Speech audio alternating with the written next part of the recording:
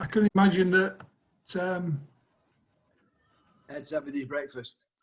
Ed's having his, Yeah. Colin's probably had enough.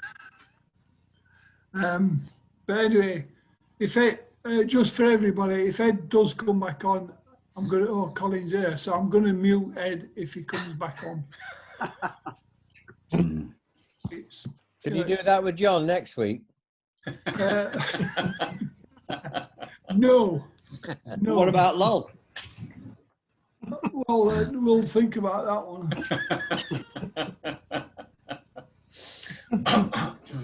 So, Just mute him after an hour. This An hour. broadcast mutes after an hour, self-destructs after an hour. yeah. Right. What we didn't talk about was some of the things that have happened this last week. So, can anybody fill us in about the cricket? Yeah, we're 2-0 up against South Africa in the 2020 series. Really? Won the second one on the with one ball to go. Yeah. Won by Wow. 4 wickets. Yeah, I was a bit disappointed with that match. I didn't think either side played particularly well or No. batted particularly well. Very difficult wicket, I think, wasn't it? Yes. Paid so, yeah. Mm-hmm. Beautiful Well, the place, wickets- though. And Yorkshire batsmen sort of led the way in both games.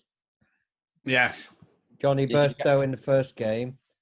if you count Who Milan, did it in the second game? Was it Milan. Milan? Yeah. Milan.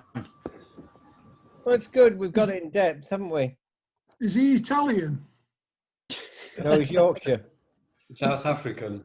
He's South African. It was playing at home, wasn't it? Yeah, really. It was his home city. Crikey. Was it?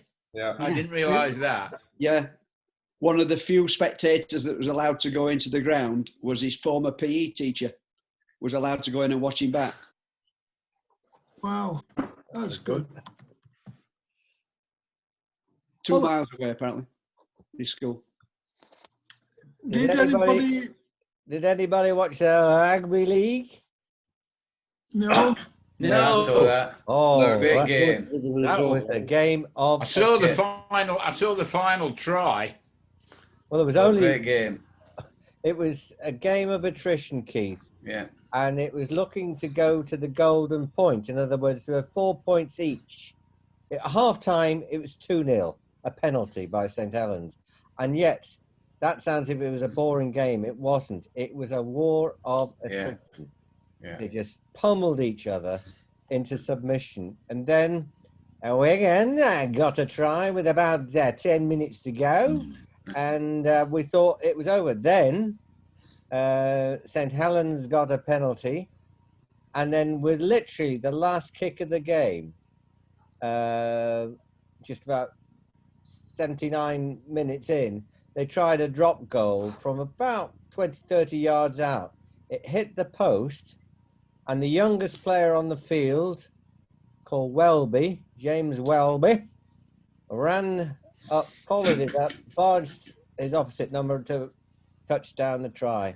It was boys' own stuff, wasn't it, guys? But more than that. Yes, he was. The final hit- few minutes. Yeah, it hit the post. It came back into the field of play, and because of the shape of the ball, it bounced back over the try line, and he followed up and touched it down. Right. The way the ball travelled was absolutely incredible. And it was a good drop goal attempt. Yeah. I mean, I've seen in rugby. Oh, it was. The ball's different and it seems to fly better. But in rugby league, you don't get many good drop goals from a long way out. But that one was on target. The other thing I forgot to tell you is Wigan, when they scored their try, the conversion hit the bar. Had they converted it, they would have won the match. Yeah, it was a classic Well, match, absolute classic. Crikey. Mm. I didn't realise it had been that dramatic. Oh, it was Well, good. It was, and the other thing that struck me, I'm sorry to hog it, guys, but I'm really impressed by the rugby league boys. You hear about Kloppy going on about his injuries and what have you. there were 3 forwards on the Saints side that I didn't expect to see in the grand final because they were seriously, one with a rib injury against the Catalans less than a week before, and he'd been taken off, what have you. He was quite seriously injured, as was Walmsley and another bloke, I can't remember. Yet they all played, and they still played with the same commitment and intensity and the rest of it. Absolutely fabulous. If you like gladiators, it's worth watching. Yeah. Klopp's using a bit. I think Klopp's using a bit of the Fergie psychology.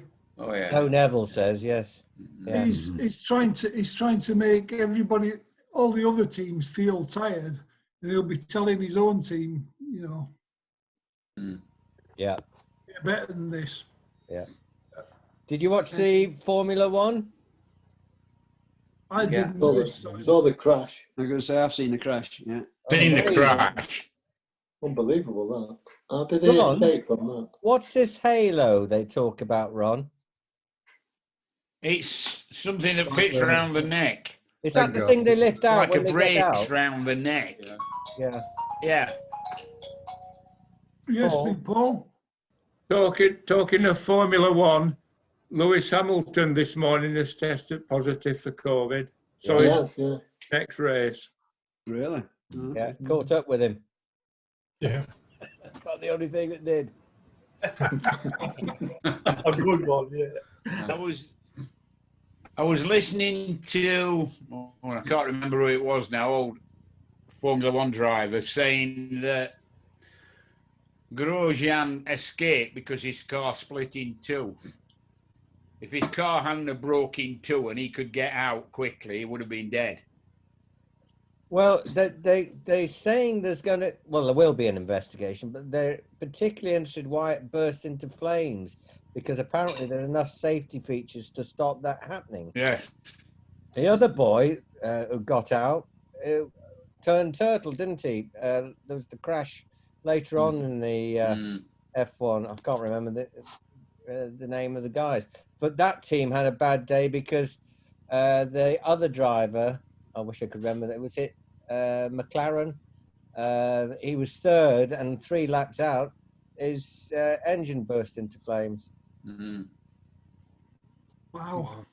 The other question will be about why the crash barrier splintered. Apparently, it came apart. Yeah. Yeah. And it's not supposed to do that, obviously. Well, I didn't know whether it was meant to do it a bit. No, it should bounce them back onto the track. Wow. Man, he was going at some speed. 137 mile an hour, I think it said. Wow. Yeah. I Was it mean, about 60 odd Jeep, I think the impact was that. that's right. That's right. And that's why the halo saved him. But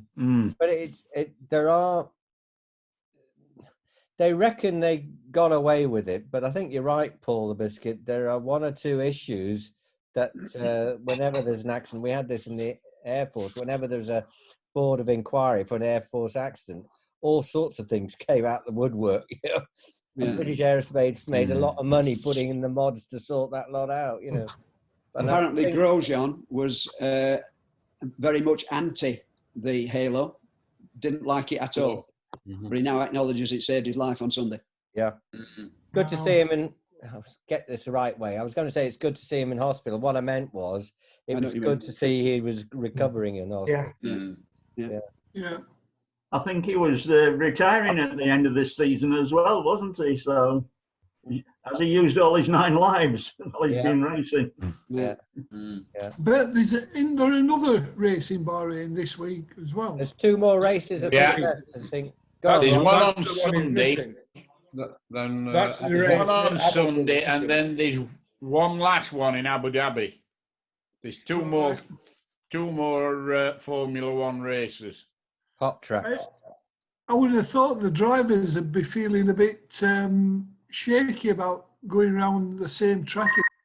It's not the same track, Keith. Ah, right. It's the same site, but a different track. It's a Right. good point nonetheless, Keith, because they showed Lewis Hamilton seeing a replay of the first crash before he then got into his car to go and win the race. So you wonder what went through their minds, you know, there but for the grace of God or whatever. Yeah. Wow. So, yes, Chris. Just a very quick point. I'm not an F1 follower, but I am reading a book at the moment, and it's one of the best sports books I've ever read. I can't put it down. It's the story of Le Mans '66, which was recently made into a film, and it's the background of Ford versus Ferrari, featuring obviously the great Ken Miles as the driver of the Ford vehicle. And I'm astonished. I'm in awe of the bravery and the skill of these men. And it's not a sport I know precious little about, but this book, it's the story of that particular set of racers. I can only give it the highest recommendation. It's brilliant. Is that the one they made a film of? I think it was called Grand Prix. And one of the drivers, who was supposed to be an Italian, I think, said when there was a crash, the first thing you do to react is to accelerate because everybody else is slowing down. Wow. Wow. Now, this particular book is the film that started. I think the film was called Ford versus Ferrari. Yeah, in America. Yeah. They had to have different titles because it's the same story. It's same film. Absolutely brilliant. Absolutely brilliant. I can't tell you how much I've enjoyed reading it. I'm nearly there. I mean, I've just finished reading Stephen Gerrard's second book. It was all right.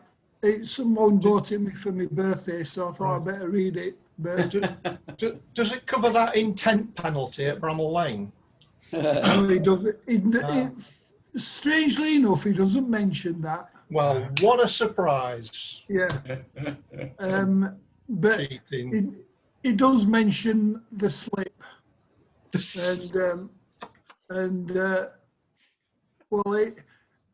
but too much of it was how Stephen Gerrard lifted Liverpool to his heights. It was too much Stephen Gerrard and not enough about other people.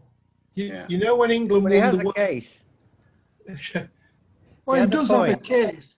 He does have a case, but I would have liked to. I mean, he goes on about Luis Suarez being a great footballer and all that, but doesn't mention enough for me about the other side of Luis Suarez. Like his diet. Taste the human flesh.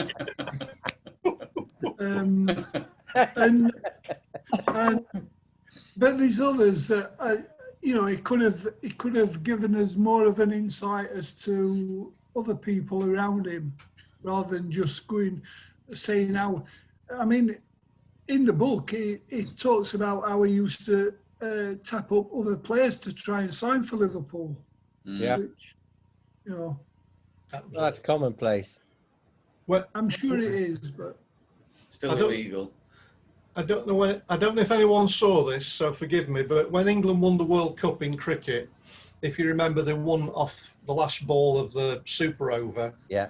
And the New Zealand batsman Martin Guptill was desperately trying to get in with a massive dive, and it was a very dramatic photograph.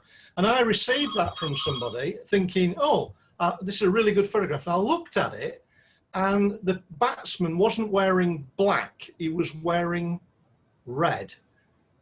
And it was a spoof. It was Gerrard that had been pasted onto the diving Guptill, who was obviously run out. And I don't know how anyone did that, but at the time I thought it was a very funny photograph. It took me in completely. I thought it was real. Go on. No, go on. Oh, go on. Talk about getting taken in, and forgive the reference to the Air Force, but the Army put a spoof Christmas message up from the RAF on Facebook, And it was last year's message, heavily dubbed, from the Chief of the Air Staff, looking straight at the camera and wishing Merry, then turning to what they call the Warrant Officer in Chief, who is head of the NCOs, just as the Chief of the Air Staff is head of the Air Force. And they're looking at each other lovingly in each other's eyes. And instead of a mistletoe, there's a big heart that goes up. Apparently, it's gone viral on the Army net. These woofter, excuse my French, RAF boys. And I was taken into it because I sent Careful what you say. a couple of guys that I work with and said, do you think we should put this up on the net for our Christmas message? No. Has anyone seen that Steve Thompson, the former Sheffield United manager, is in trouble this morning? No. Well, Steve Thompson's had to agree to retraining as a comment. This is not a spoof, I'm telling you the truth, because on a radio commentary this week, he referred to those players as sort of handbags at 10 yards. Yeah. And that's a great offence has been taken by the more liberal society that we live in. And he's had he's got to change his language on air. You can't say that. Chris, there's something more serious than that, mate. Yeah. And we're talking religion now. Strictly Come Dancing, right? Yeah. Right. Head judge, Shirley, whatever her name, Ballas. Shirley Ego, yeah. Yeah, that's the one. Yeah. She said, and it's been edited out to Bill Bailey, for your age, your athleticism's off the park. They've taken out at your age when they replayed it on the Sunday because the Snowflakes took offence at it. That was on Strictly. Now, when that happens on Strictly, that, it's blasphemy as far as I'm concerned. Yes, Dave. I mean, that bit that Chris has just said about handbags, they use it all the time on Sky, don't they? If there's a couple of them. I mean... Well, haven't you seen them come into work with them hanging off them? Well, they have got handbags, haven't they? Bit of the Les Dawson. One Sky commentator recently, I forget which one it was, used the phrase, that pass sold him down the river. Yeah. Slavery. You can't say that. Yeah. He was in terrible trouble. Yeah. And another guy referred to this is the nitty-gritty part of the match. You cannot say that. You cannot say that. So we've moved into thought, the 1984 areas, I think. Is anybody timing this recording? That's going to upset in America. There's a big country group called the Nitty Gritty Dirt Band. No. You can't do that. No way. Right. I mean, I just associate nitty gritty with getting to the centre of things. Yeah, they used a song called Get Right Down to the Real Nitty Gritty. But that's you, Keith. Other people, it refers to not such pleasant things. Yeah, so you can't say it on air. You've got to go on a training course. Right. My dogs, one of them's called Lewis because his dad was called Morse and his granddad was called Dot Dash. And I called him Lewis partly for the connection with Morse, but also going back to Bletchley Park, Morse and Lewis ladies were the ladies that Churchill seconded from John Lewis because they worked a certain computer technology that they needed at Bletchley Park. So there was and when the next little boy came along, that we call Bailey, I wanted to call him Enigma. And my wife said, you are not going to be shouting Enigma across Brother Valley. Get on. So it was vetoed. Yeah, quite right. Right, let's get back to sport a bit. Okay. Right. What happened with the rugby union this week? The England had a good win against Wales, I would call professional. It was a struggle because Wales, I think, played above themselves. They certainly were the underdogs, but they held their own for quite a long time. But I can't remember what the final score was. But 24-17. Thank you. England scored a second try, which was basically one of the pushovers where Mako Vinopola had the ball and Launchbury literally swung him around, rolled him over and pushed him onto the line. Just brute force, you know, to win it. Right. But it was a struggle. I scored a try like that once, Ian. Did you? I scored a try like that once. Second row forward lifted me up and put me over the line. Have you seen, though, that they've got through to the cup final to play against France, and France are going to have a team which is basically second and third string players? Yeah, because they let the first two go home. Yeah. Because they've been in their bubble too long. Well, they had an agreement with the French clubs league that they could only play in a certain number of games in these autumn matches. That's right. And they've all used up their matches. Yeah. And they've got to the final, and none of them can play.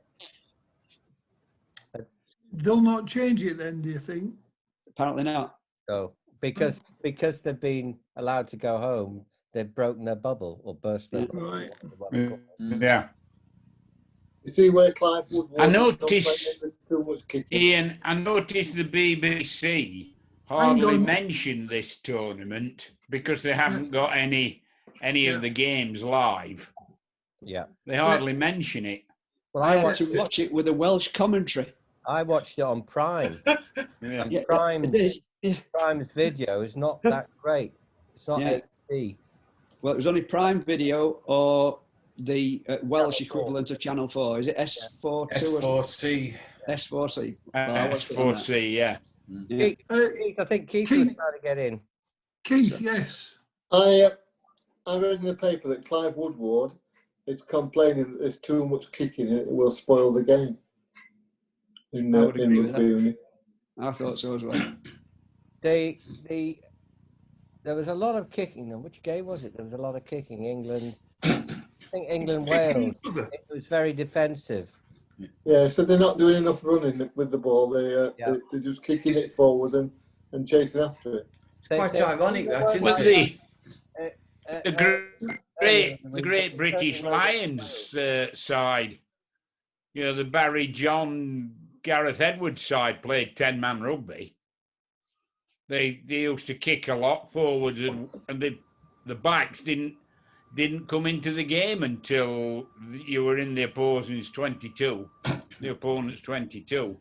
It was ironic. ironic. 10-man rugby, so it's not new. It's ironic though, Ron, isn't it? Because you played the game.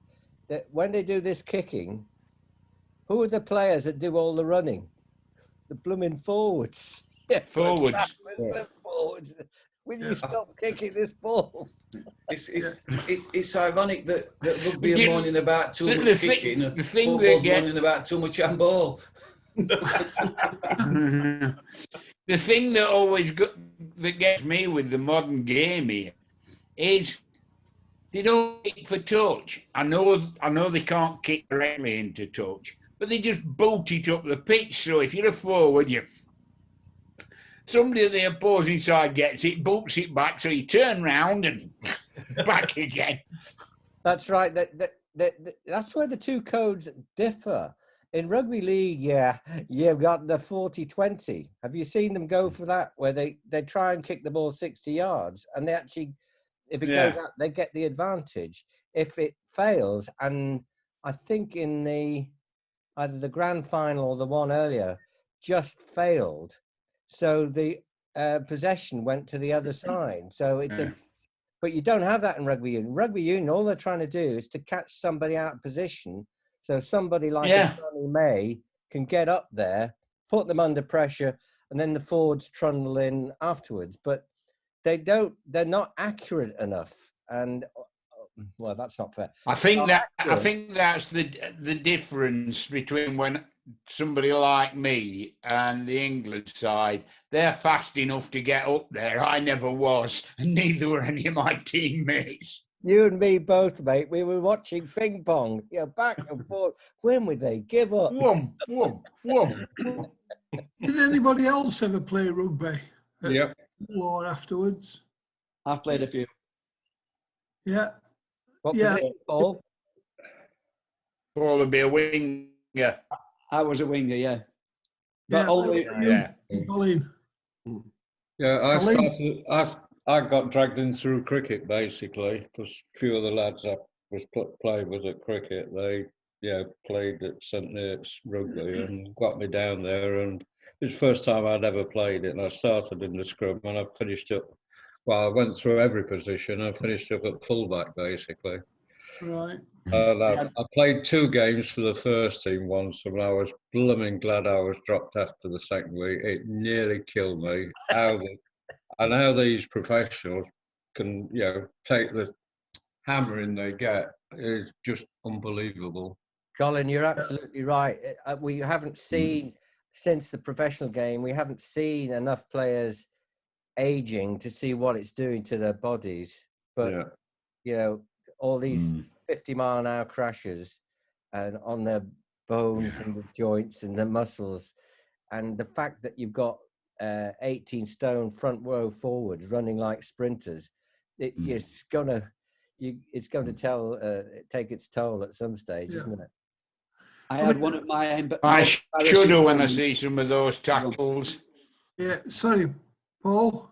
I was just going to say I had one of my most embarrassing moments on a rugby field. I was playing for the. Well, Doug couldn't run on and cocked his leg off. No, not quite as bad as that, but I was playing for the school staff against the first 15 of the school. So all the sixth form came out to watch, and lots of the other school as well. I was the winger, and I got tackled and pinned to the floor. Unfortunately, it pulled my shorts down around my ankles. And in the days when you used to wear jock straps, so it wasn't covering, you got 2 bare cheeks, and all the sixth form girls came running round because I was only 2 yards from the line. And I was pinned down for about 30 seconds. Try getting up then? Yeah, every time I saw these girls for about the next month, they were giving, yeah. Another 10 years, Paul, and you'd have been quids in. Yeah. Yeah, it wasn't. Sounds like good. a bum deal. It was a bum deal, I'll tell you. I mean, I played for our school team as we went up, but our year wasn't very good. And I remember us losing to one team, 84-0. And when the head teacher read the score out on the Monday morning assembly, it brought a lot of laughter, and he was furious. Anyway, the next game, a few of us got dropped, including myself, and my replacement, within 2 minutes, had his collarbone broken, and there was another one broken in the same game. So I'm quite glad that I was left out of that game. But it's horrible to watch. You see it occasionally in the internationals when they get the head the wrong side of the tackle and they're going in at full pelt. Instead of keeping the head on the outside, they're inside, and you see them crunch. And Ron knows, I'm sure, it blooming hurts. The only other thing I can remember about rugby is one of the teachers who I disliked with intensely, and he probably was the same to me, but anyway, and he was about Paul the Biscuit's height. So, and we were playing in a game against them, and unfortunately he got the ball within my tackling distance. So I ran headlong straight at him, and I grabbed hold of his head and carried on running, which he wasn't impressed about. But I didn't know that. Yellow card offence these days, Keith. Oh yeah, I didn't. But we weren't very good at rugby. But you did that at school in sixth form in particular. When I was in sixth form, you also got a game for Liverpool or Waterloo Colts to blood you on, as it were. Yeah. And then you'd get a senior game if you were lucky, and you'd be playing against some of the school teachers that at your school. Oh, yeah. It always added a bit of spice. It was like a local derby. Anything goes. Yeah. Anybody else play sports at school? Yes. I played, again, it's going back to rugby, I played for Rowlinson. Oh, yeah. Our greatest moment was a 60-0 defeat.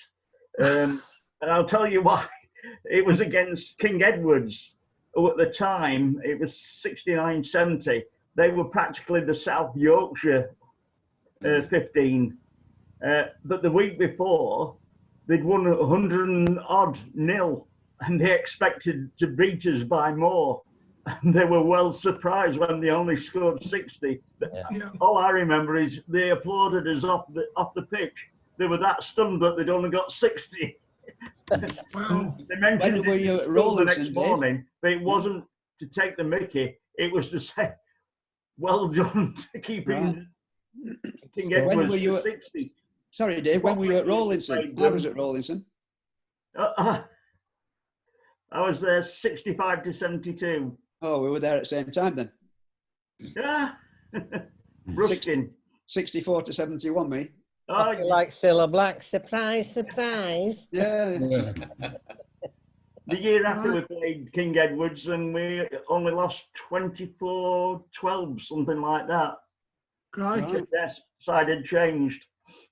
I mean, we were unfortunate because our school was in Derbyshire, North East Derbyshire.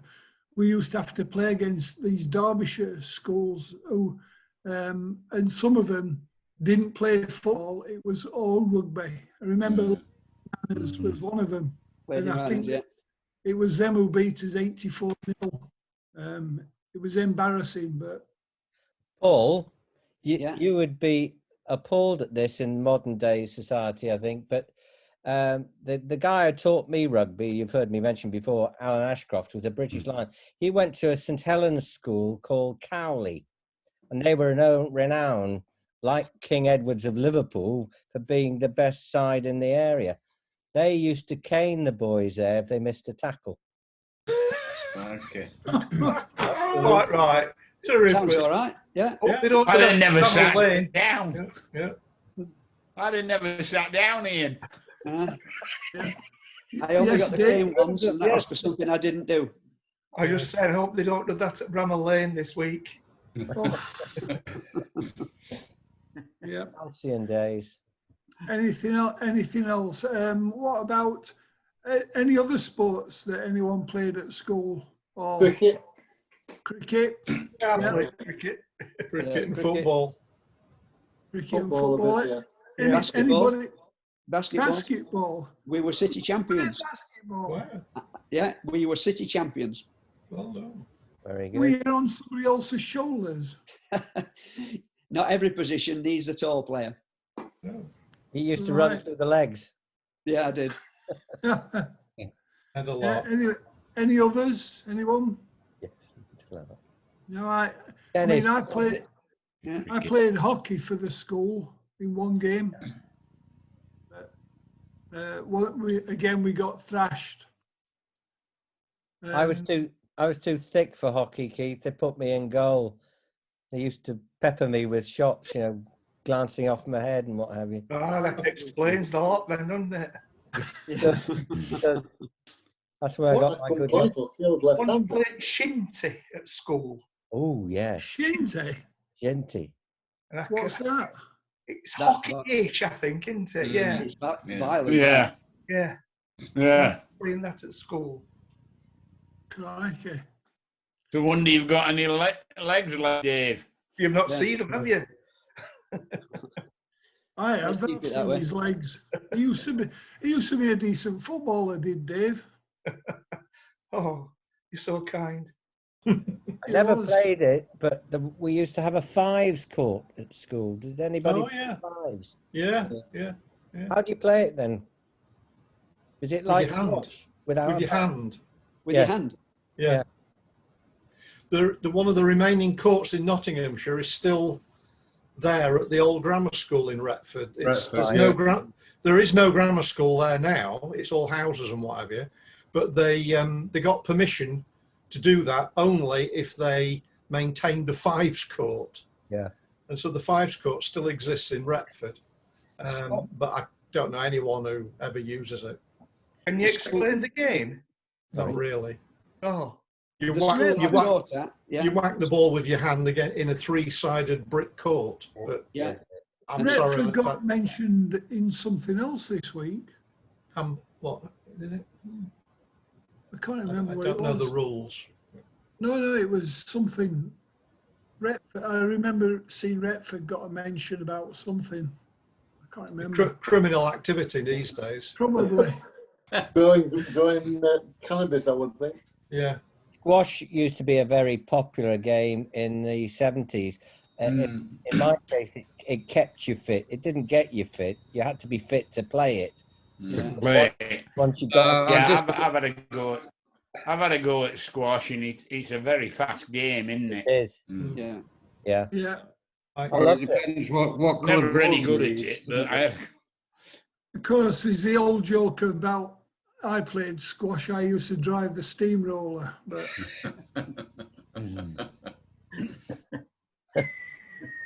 anyway, chaps, we're less than a minute to go. So thank you. Hopefully, we'll get back to a bit of normalness next week. With, by the way, we forgot to have the minute silence. Yeah. Do it now. Do it now. Do it now. Yeah. Okay.